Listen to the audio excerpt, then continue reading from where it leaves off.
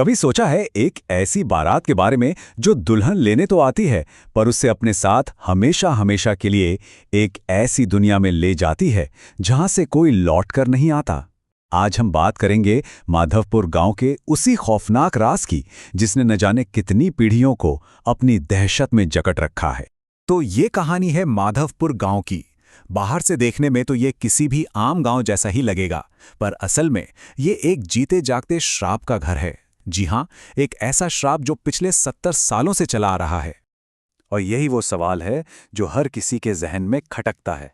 सोचिए, हर महीने जब अमावस्या की काली रात आती है, जब आसमान में चांद का नामो निशान नहीं होता, माधोपुर की एक और कुंवारी लड़की गायब हो जाती है। आखिर ऐसा क्यों होता है? इसका जवाब एक ऐसे राज में छुपा है जिसे जानने की हिम्मत आज तक कोई नहीं कर पाया। तो चलिए जरा और गहराई से जानते हैं इस श्राप के बारे में।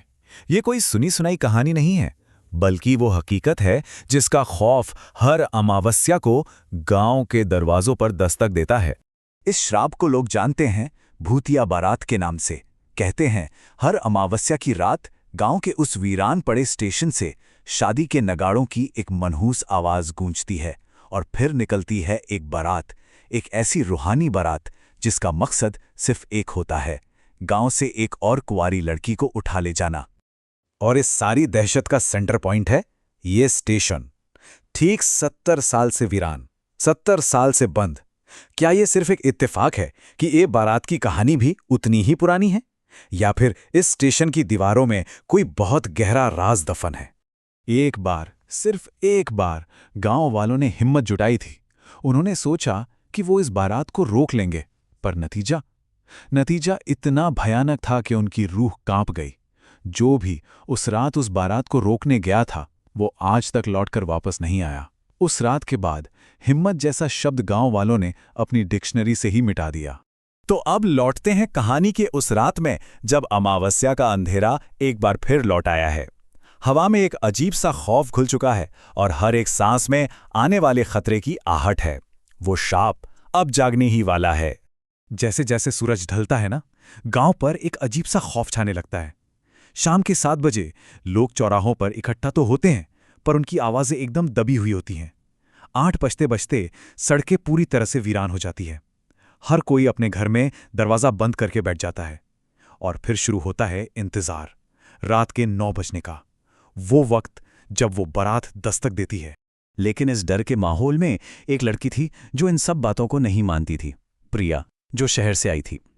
उसके लिए ये सब सिर्फ अंधविश्वास था। उसका भाई राजू, जो इसी गांव में पला बड़ा था, उसे बार बार समझाता, पर प्रिया का यही अविश्वास उसे उस खतरे के और भी करीब ले जा रहा था जिससे पूरा गांव कांपता था। और जहां एक तरफ पूरा गांव डर के मारे घरों में कैद था, वहीं 2 दोस्त मंगल और प्रताप के मन में कुछ और ही चल रहा था। उनके अंदर डर नहीं बल्कि जिज्ञासा की आग जल रही थी, और उनका यही दुस्साहस कहानी को एक बहुत ही खतरनाक मोड़ देने वाला था। मंगल, जो थोड़ा दिलेर था, उसने प्रताप से कहा, क्यों ना हम आज रात बाहर छिपकर उस भूतिया बारात को अपनी आंखों से देखें। प्रताप की तो ये सुनकर ही हालत खराब हो गई, पर मंगल की जिद के आगे उसे हार माननी ही पड़ी। उनका प्लान सुनने में तो बड़ा सीधा साधा था कि वो उनके सामने नहीं जाएंगे, एक पुराने पेड़ के पीछे छिपकर बस देखेंगे। उन्हें लगेगा इन्हें कि हम वहां हैं, और हमें भी पता चल जाएगा कि आखिर ये बारात दिखती कैसी है। बेचारे हैं, वो नहीं जानते थे कि जिसे वो देखने जा रहे हैं वो उन्हें भी देख सकता है। और फिर घड़ी ने 9 बजाए। वक्त जैसे रुक सा गया। वो पल आ गया था जिसका सबको डर था। कहानी अपने सबसे भयानक मोड़ पर थी। वो बारात आ रही थी। सबसे पहले तो एक अजीब सी खामोशी छा गई। गांव के कुत्तों ने भौंकना बंद कर दिया, जैसे किसी ने उनकी आवाज ही छीन ली हो। हवा एकदम थम गई और फिर जमीन से एक काला गाढ़ा सा धुआं उठने लगा। ये वो खामोशी थी जो किसी चीख से भी ज्यादा डरावनी होती है। और फिर उन्होंने उसे देखा, पहली बार, बस एक झलक, और मंगल की सारी हेकड़ी निकल गई। प्रताप की कांपती हुई आवाज में जो खौफ था वो बता रहा था कि उनके सामने क्या आ चुका है। वो कोई इंसान नहीं थे, नहीं, वो तो जैसे जलती हुई लाशें थीं, जिनके चेहरे बिगड़े हुए थे, आंखें खून से लाल थीं।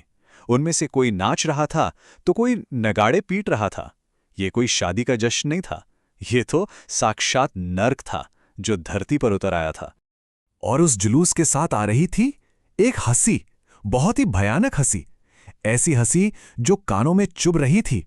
वो गांव की खामोशी को नहीं बल्कि सुनने वालों की आत्मा को चीर रही थी।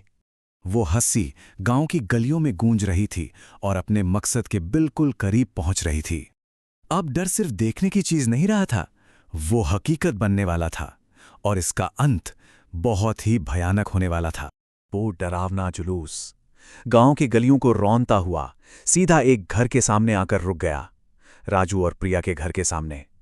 जिस कहानी पर प्रिया हंस रही थी, आज वो उसकी दहलीज पर आ खड़ी हुई थी। बारात अपनी दुल्हन लेने आ चुकी थी। दरवाजा कागज की तरह फट गया और उस भूतिया दूल्हे की आवाज में कोई रहम नहीं था, सिर्फ जिद थी। जब राजू और उसकी पत्नी ने प्रिया को बचाने की कोशिश की तो शैतानी ताकत ने उन्हें एक झटके में खत्म कर दिया। इंसान की बेबसी का इससे ज्यादा भयानक मंजर और क्या हो सकता है। इसके बाद जो हुआ वो तो किसी के भी होश उड़ा दे। बारात प्रिया को घसीटते हुए उसी वीरान स्टेशन पर ले गई। चारों तरफ घना धुआं छा गया और फिर उस धुएं को चीरता हुआ एक ट्रेन का हॉर्न बजा। एक ऐसी ट्रेन जो वहां थी ही नहीं। प्रिया की चीखें उस धुएं में दब गईं और उसे जबरदस्ती अंदर खींच लिया गया।